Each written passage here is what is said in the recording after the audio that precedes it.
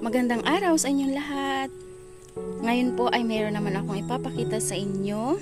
Ito yung aking itinanim na saging noong nakaraang taon. At ako po talaga ay masaya ngayon dahil ayan meron na siyang puso. Meron na siyang flower.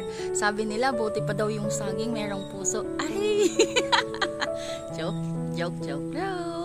Ayan, kaya sobrang saya ko ngayon. Ito yung klase ng saging na ang tawag sa amin ay senyorita. Maganda kasi mabango siya, tsaka masarap yung kanyang bunga. So ito ay ako talaga ang nagtanim nito. Dati sa kaang lang ito na malaki, tapos nung lumaki na siya, inilagay ko na siya sa lupa. After 1 year, ito na ang development. So, kapag tayo po talaga ay nagtatanim, kapag nakikita natin na namumunga na or namumulaklak, ay talagang sobrang saya. Kasi talagang pinaghirapan natin yon, di ba?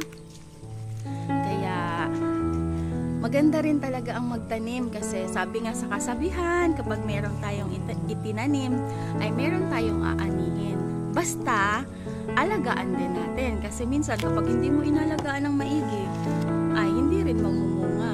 Diba? So, ayun lang po ang aking isi-share sa inyo ngayon. At sa mga susunod na araw, titingnan natin hanggang sa mamunga na ito ang aking saging na tinanim.